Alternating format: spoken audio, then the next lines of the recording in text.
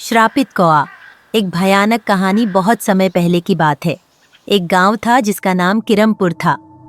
इस गांव के पास एक घना और रहस्यमयी जंगल था जिसे लोग भूतों का जंगल कहते थे। इस जंगल के बारे में एक पुरानी कहावतें थी कि वहाँ एक श्रापित कौआ रहता है जिसमें एक खतरनाक आत्मा का वास है।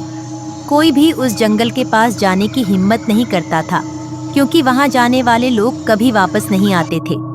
गांव के बुजुर्गों का कहना था कि यह श्रापित कौआ एक प्राचीन राजा की आत्मा है। राजा को उसके अत्याचारों के कारण एक तांत्रिक ने श्राप दिया था।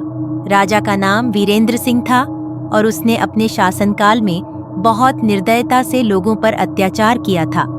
तांत्रिक ने उसे श्राप दिया था कि उसकी आत्मा मृत्यु के बाद एक काले कौए में फंसी रहेगी और वह सदियों तक इसी रूप में तड़पती रहेगी।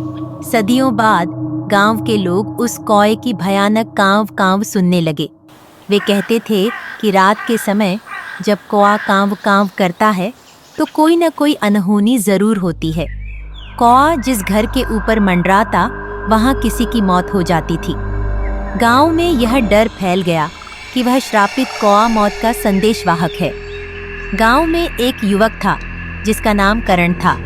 वह बहादुर और निडर था।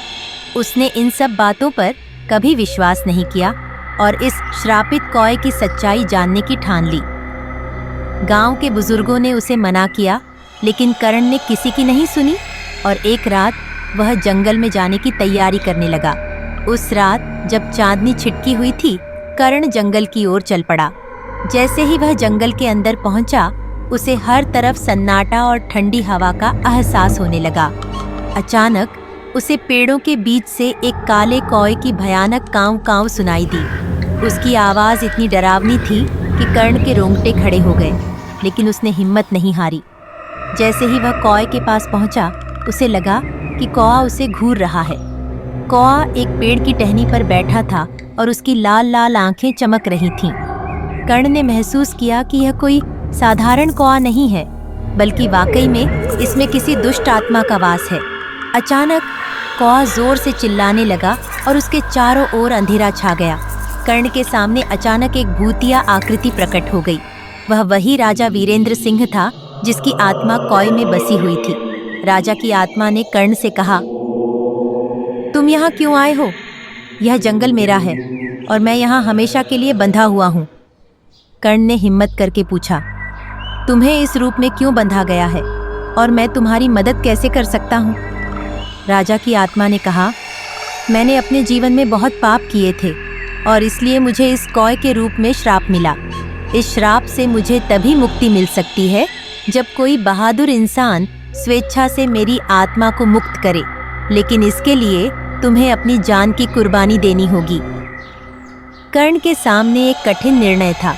उसने गांव के भले के लिए अपनी जान देने का फैसला कर लिया।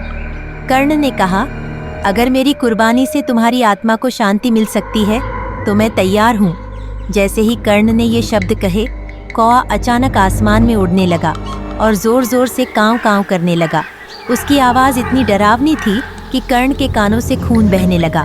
फिर अचानक वह कौआ गायब हो गया और कर्ण जमीन पर गिर पड़ा। अगली सुबह गांव वाले कर्ण को ढूंढते हुए जंगल में आए। उन्होंने उसे बेहोश पाया, लेकिन उसके चेहरे पर अजीब सी शांति थी। जब कर्ण होश में आया तो उसने बताया कि कैसे उसने राजा की आत्मा को मुक्ति दिलाई।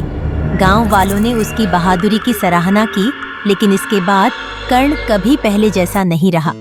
उसकी आंखों में हमेशा डर और उदासी झलकती रही, जैसे वह अब भी उस श्रापित कौए की भयानक कांव कांव सुन रहा हो। उस दिन के बाद गांव में कभी भी काले कौए की आवाज नहीं आई और न ही कोई अनहोनी हुई। लेकिन लोग कहते हैं कि कर्ण ने अपनी जान देकर उस दुष्ट आत्मा को मुक्त किया था, पर उस घटना ने उसकी आत्मा को भी हमेशा के लिए बदल दिया।